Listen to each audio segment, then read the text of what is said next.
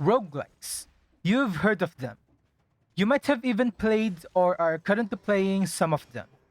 This subgenre of RPGs has been in the industry for literally decades now and just continues to grow in numbers. It's still debatable as to what the definition of a true roguelike is, and so this spawned an entirely new subgenre of the subgenre appropriately called roguelites, where games in this category incorporates roguelikes mechanics but toned down just a little bit. However, for the sake of this video, we're just going to consider both genres as the same. Even though the games where the genre originally got its name from is already more than 30 years old, it sure has influenced the future era of gaming. Countless numbers of games have either roguelike or roguelite as their genre. It also gave birth to the Mystery Dungeon games, which would later be incorporated into the Pokemon series, thus giving us the Pokemon Mystery Dungeon spin-off series, which, as you might have guessed, incorporates roguelike mechanics. And throughout the last decade, we have seen games like The Binding of Isaac, a beautiful crafted indie roguelike game by the same developer of Super Meat Boy, the first Risk of Rain, created by two college students which incorporated Metroidvania and Roguelike elements, and Slay the Spire, the deck-building card game roguelike hybrid. But that's not all. Hades, a roguelike that has been released on September 2020, reminds us that the genre is still alive and thriving even in this new decade. But out of all these games that I mentioned, another game stood out for me.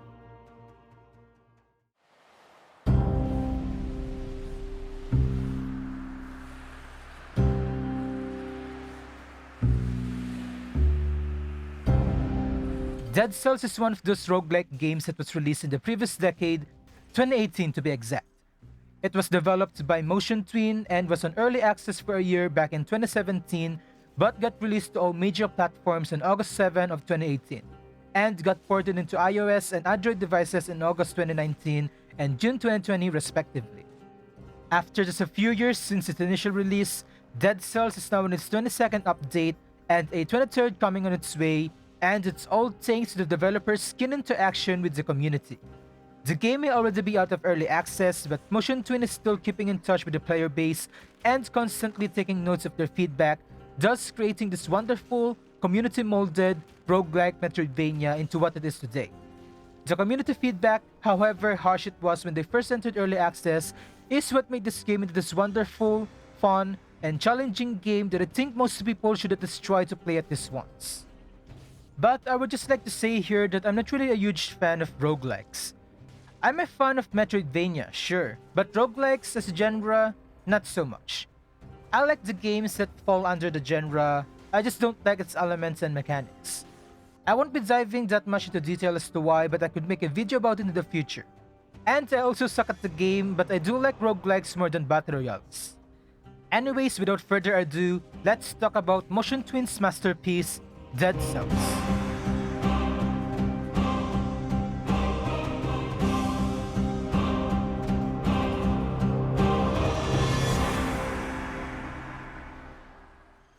As you would expect from a roguelike, Dead Cells present a semi-perma-death on the player. When you die in the game, you go back to the very beginning, as you would in any roguelike games, but you also get to keep some things each time you die. Throughout the game, you get blueprints from certain enemies or from certain locations in different stages, properly termed biomes of the game, which will unlock new items or abilities for you to use.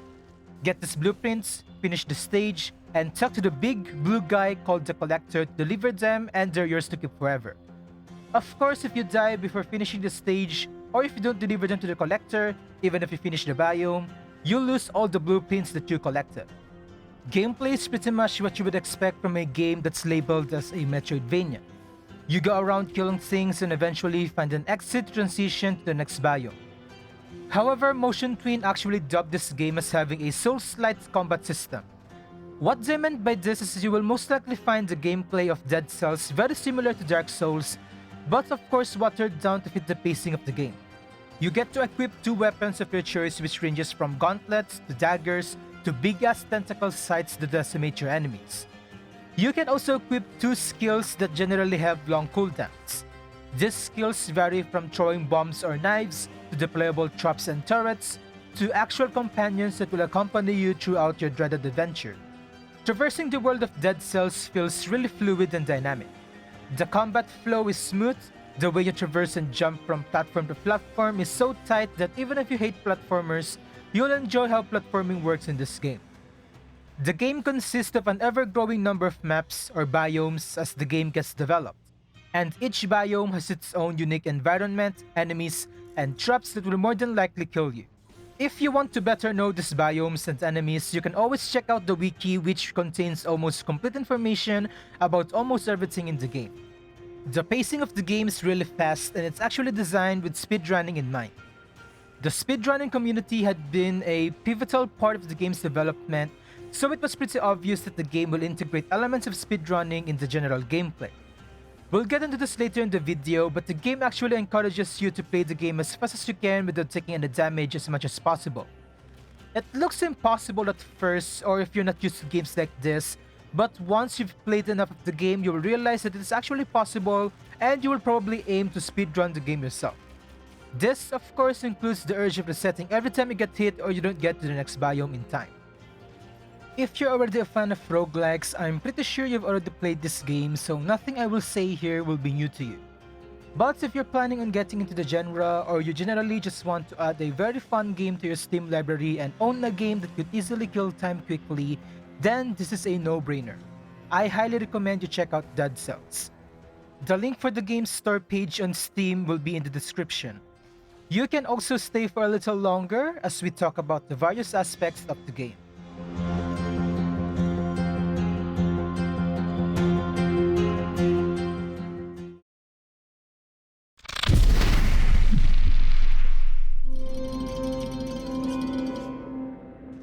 Dead Cells stayed true with its Metroidvania part in such a way that it's presented with pixel art, is mostly 2D, and is a side-scroller. All biomes are connected to each other as with your typical Metroidvania, but since the game runs in a stage progression mechanic, you can traverse back to biomes that you have already gone to.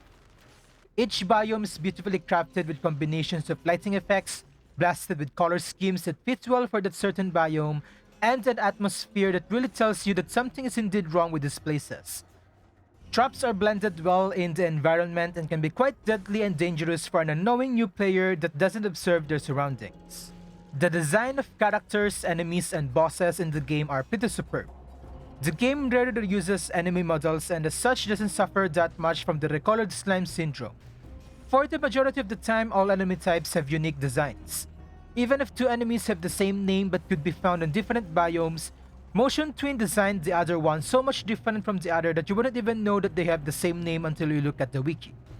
The game also offers different outfits for the players which can be unlocked by collecting their respective blueprints or are outright available from the start. These outfits don't change anything aside from your appearances and are totally just for cosmetic purposes. The game, like I said, is presented with pixel art. That, of course, is a lie. It's pretty obvious once you've played the game for a few minutes. It looks like pixel art, yes, but it's just pseudo-pixel art.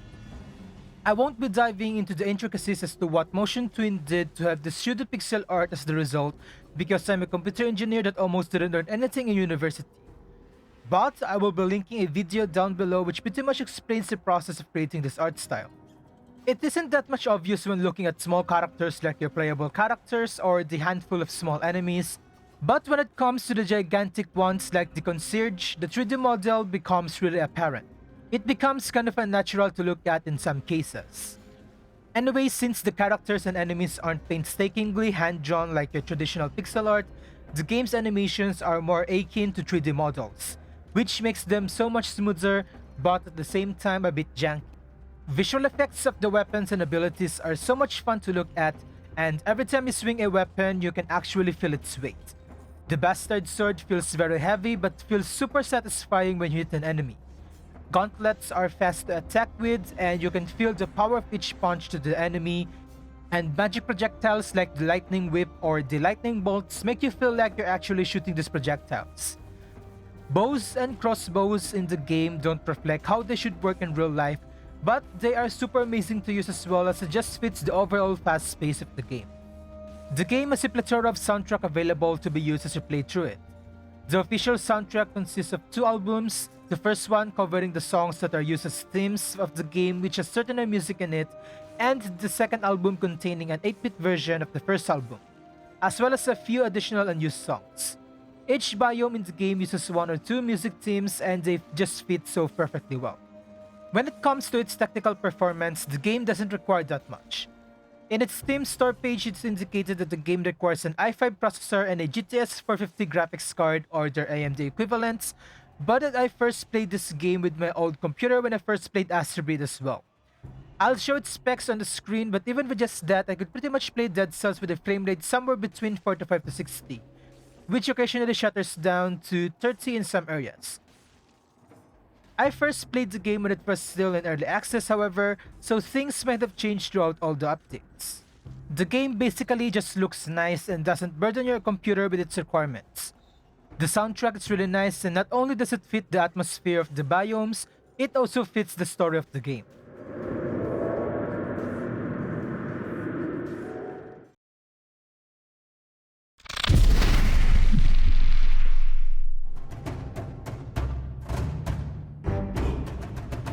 As with all other roguelikes I have played, the story of Dead Cells is pretty vague.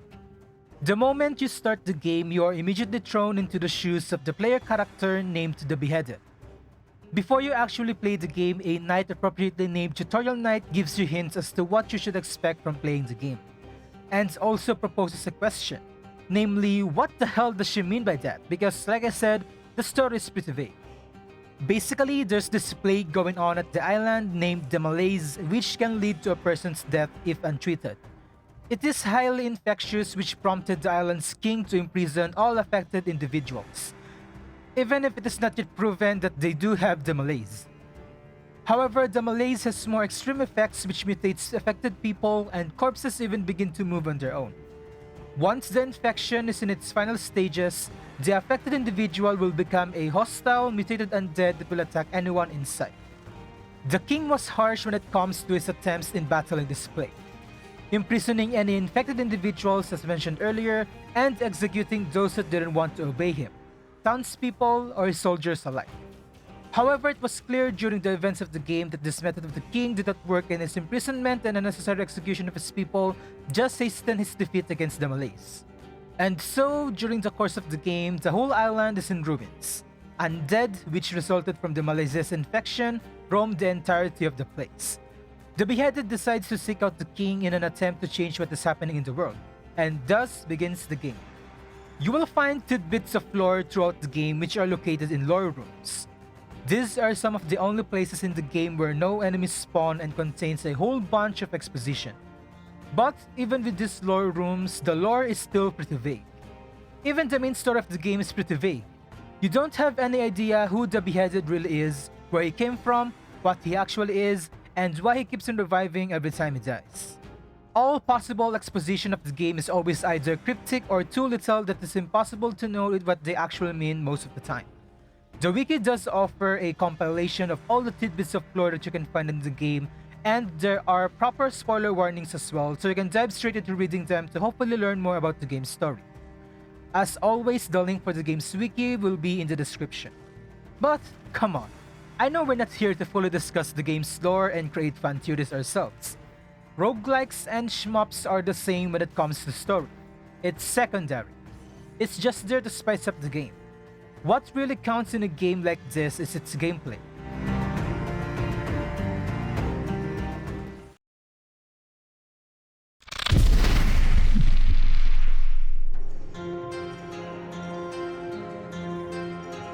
Dead Cells has a lot of interesting gameplay mechanics that will surely ease the repetitiveness of its roguelike nature.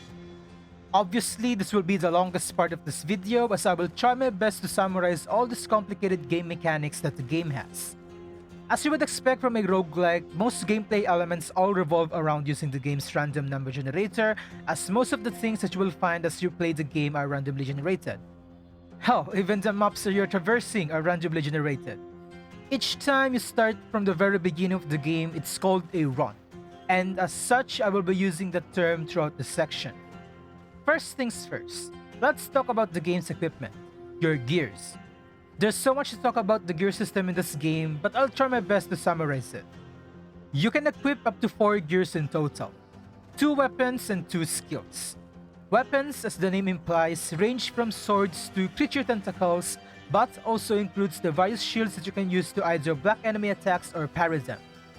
This will be the main things that you will be using in your general playthrough.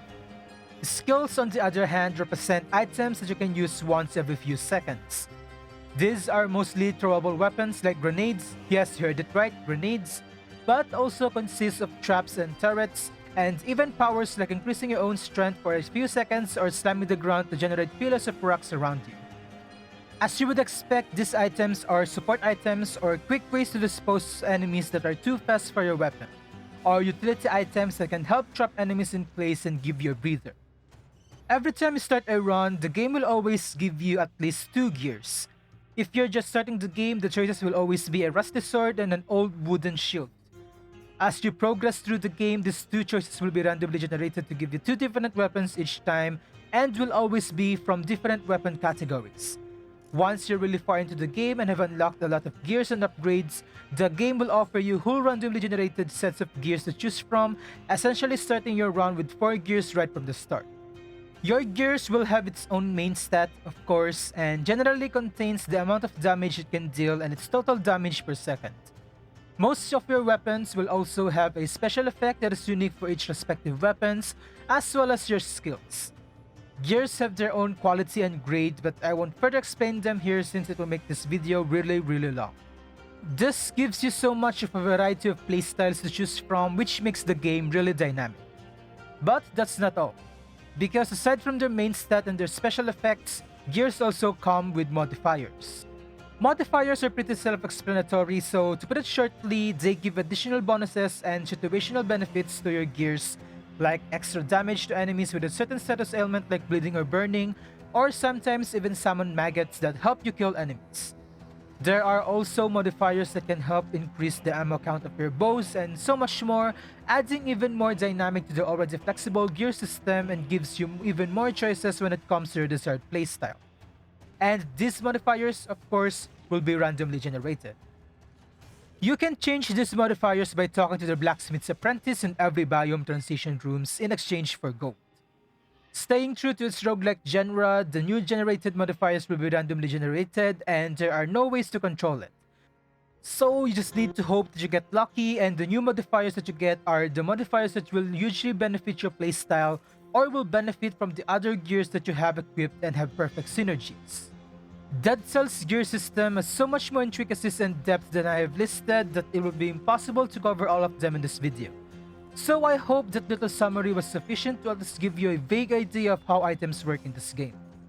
Anyways, while traversing through the biomes and their maps, you will come across other gears and it's up to you to decide if you want to replace your current gears or if you will keep them.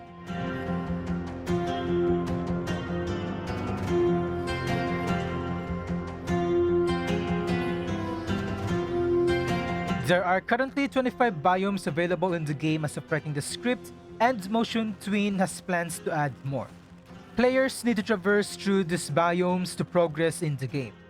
Within each run, biomes contain procedurally generated interiors with specific set of parameters for that biome, which sets the focus of the game more on the gameplay rather than memorization, which makes the game feels more unique every run than it would be if all biomes have just 1 or 2 sets of maps. And even though biomes are procedurally generated, each biome still gives distinct feel and atmosphere. All biomes have at least 1 entrance and 1 exit, and reaching the exit of a biome will put you in the biome transition room where you can spend your stem cells through the collector or the blacksmith. Stem cells are another form of currency which is only used with the 2 aforementioned NPCs to unlock gears, mutations, more on this later, and upgrades. Biomes contain a lot of things. Of course, you have the enemies, but they also contain shop rooms and treasure rooms. There are also gears that are just lying around the biomes waiting for you to pick them up. You then get to decide if you'll replace your current gears or if you're going to ignore them and recycle them for gold once you have the necessary upgrade to do so. There are also rooms that present you with 2 or more gears to choose from, and choosing one will immediately destroy the other, so you need to be careful with your decision. All biomes except those that contains the bosses will always contain at least one shop room and at least one treasure chest. Shops will offer you random pieces of gears in exchange for gold, while chests will spit out a random gear when you open them.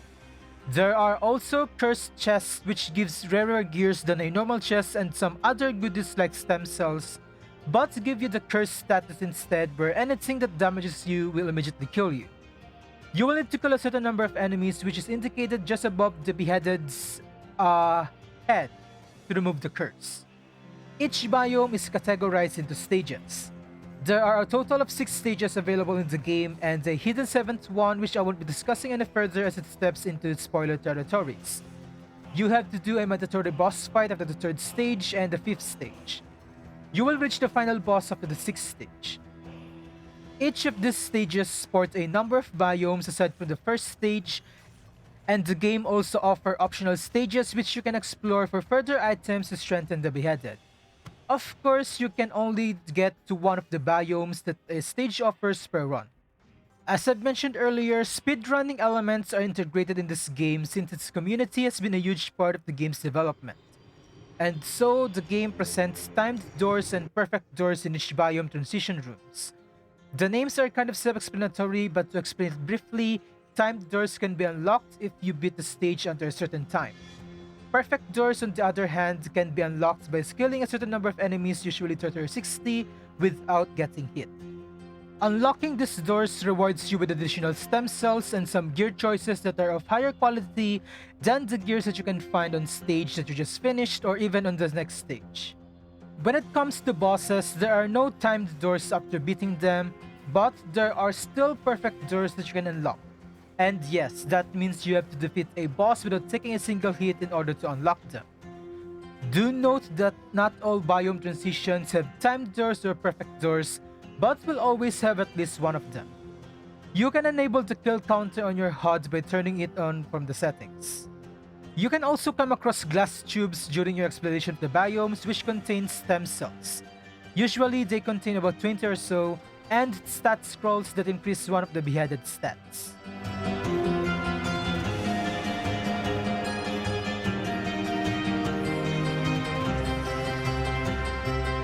As I've mentioned earlier in the summary part of this video, Dead Cells is a very smooth and fluid combat system that just feels really nice to play with, and that Motion Twin dubbed the game's combat system as a Souls-like. So what exactly do they mean by this? As you would expect, 5 of the most common things that people associate Souls-like games with Dark Souls are the difficulty, the parry system, the patterns of enemies, stamina, and roll dodging. Sometimes even the limited amount of healing items as well. Dead Cells have almost all of those traits but are tweaked to fit the game's fast pacing, thus the Souls-like term. Firstly, Dead Cells doesn't have a stamina system, so you can go ham in swinging your weapon to kill your enemies. The only things that are holding you back from attacking are your weapon's innate recovery time after a full combo and the fact that you need to dodge attacks or parry them to not die. Dodge rolling obviously doesn't cost stamina as well since the game doesn't have a stamina resource to use in the first place, but it does have a cooldown of 1 second. You can find a setting in the game to make the beheaded flash white when your roll comes out of cooldown, so you don't have to guess when it's available.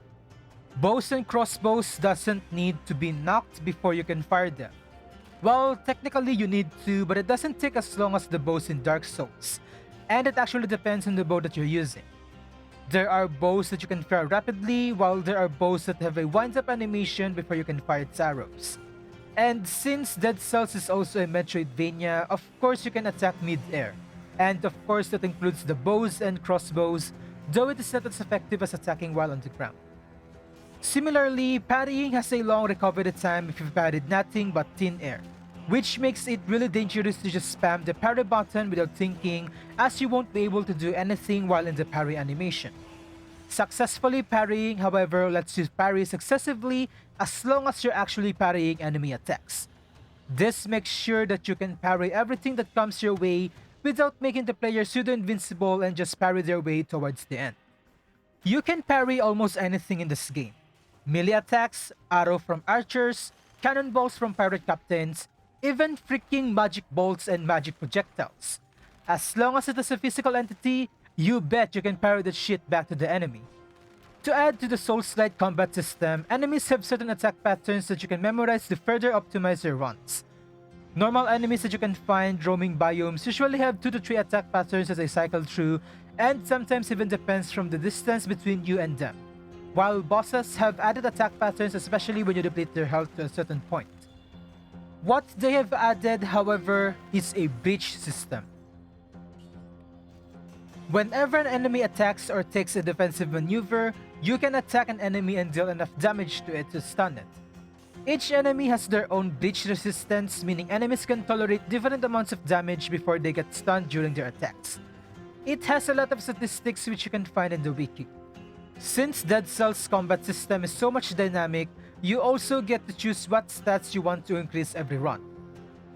Along the way, you will come across stat scrolls which can increase one of your 3 stats: brutality, tactics, and survival. All gears scale off of these stats and can scale off of up to 2 from these 3 stats.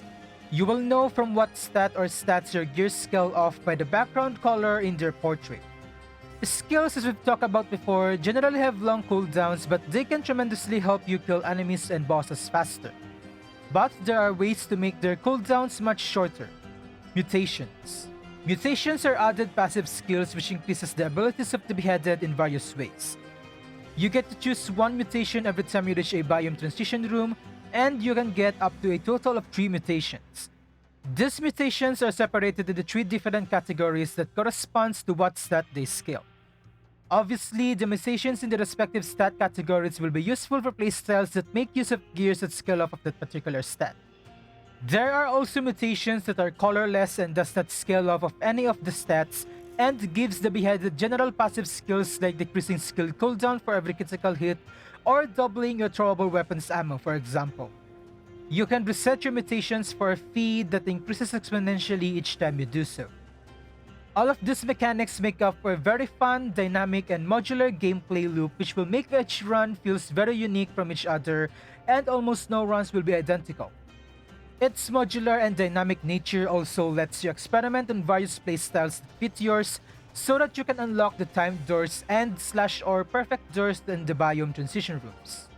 And yes, you do have limited healing resources as well. Just like in Dark Souls where you have a limited amount of Estus flasks to heal yourself, Dead Cells gives you up to a maximum of 4 health flasks to heal yourself with, which can further be upgraded to 5 very late into the game. You start the game with no health flask available, but you can unlock it through the collector the first time you talk to him, giving you a one-time use health flask.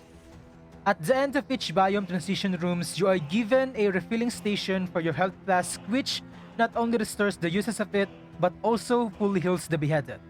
It's essentially a free heal after every biome.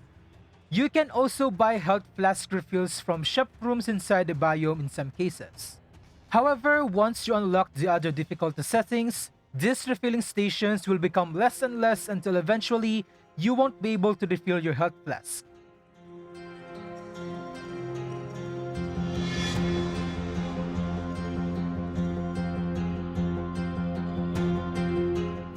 While exploring the biomes, you will come across doors that has etched marks on it. They look like dotted circles and can range from 1 dotted circle to 5. These are boss stem cell doors which can only be opened if you're playing on a certain difficulty. Difficulty in the game is gauged on how many boss stem cells you have activated, or BSC for short. The game starts with no BSC, then after beating no BSC for the first time, you unlock 1 BSC which corresponds to hard difficulty. Beat the game in 1 BSC and you unlock 2 BSC which corresponds to very hard difficulty, so on and so forth until you reach 4 BSC. 5 BSC exists, but you need to do something special which I won't be spoiling here. Playing on a higher difficulty gives you a lot of merit, but also increases the scaling of enemies and changes the enemies that can be found in biomes. Enemies that you have aggroed will also teleport to you, so you will have little to no room to breathe. One of the more amazing benefits of playing as a higher difficulty is your ability to upgrade the Legendary Forge even further, so that you can give yourself more chance of finding higher quality items as you roam the biomes. Of course, if you are a hardcore roguelike fan, this will offer you an extreme challenge if you find the base difficulty of the game quite easy. You can also collect a lot more stem cells at higher difficulties, which makes unlocking the items that you want or whatnot so much faster. Of course, at the cost of a challenge. Next up, we're going to talk about malaise, the plague that brought this island into ruin in the lore. Unfortunately, I'm still stuck at 2BSC since I bought the game. I don't really play the game that much, so I will be borrowing a Dead Cells video from another YouTuber named Doc Firebird. He has fantastic Dead Cells content and has a lot of weapon showcase videos, so I highly recommend you check him out. I will be linking the video that I've used in the description so you can watch it the entirety of it. Though be warned that this videos contain massive spoilers since he plays at 5BSC. Anyways, malaise doesn't really have anything to do with the game at no BSC until you reach the 6th stage. However, starting at 4BSC, you will start to accumulate malaise as soon as you break the door that separates the starting area and the first stage. Malaise has 10 tiers, each tier containing 50 points for a total of 500 points at maximum. Malaise increases constantly at a rate that correlates to the amount of enemies that are alive in the biome. Having malaise affect enemy movements, patterns, and stats. Enemies becomes faster, their attacks deal more damage, and they will attack with much less delay than normal. Getting hit by enemy attacks or eating food pickups will also increase your malaise. Decreasing malaise is primarily done by killing enemies. When you kill enough enemies, you will clear the infection in that biome and malaise will stop increasing and its effects will be disabled. However, killing enemies after you've cleared the infection will not further decrease the remaining malaise that you have.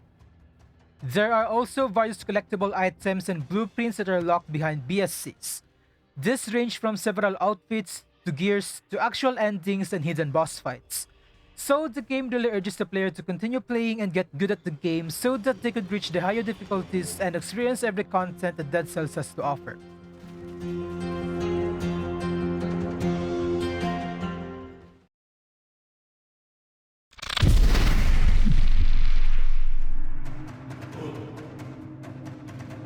Again, as I've said in my previous video that's 45 minutes long, no game is perfect, and Dead Cells, as close as it is to being a masterpiece, surely isn't perfect. But you can bet that this section will be pretty short as I don't see a lot in the game that I can complain about.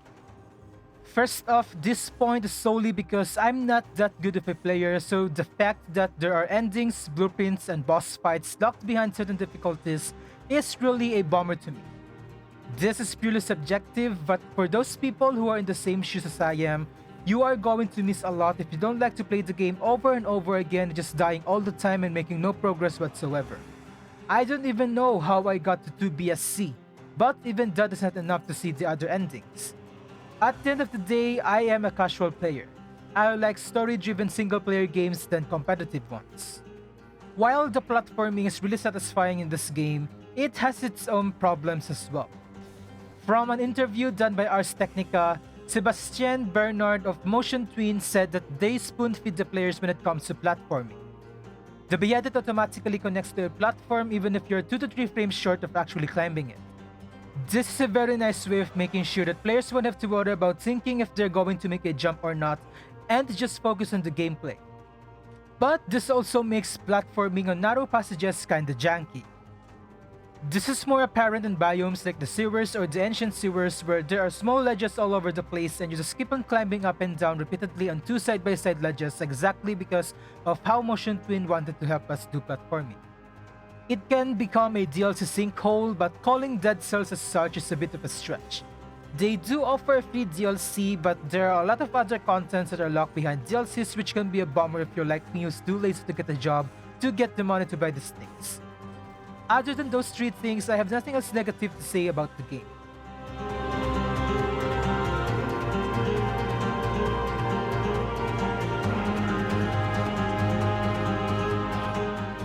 Dead Cells is one of those indie games that you should never pass on.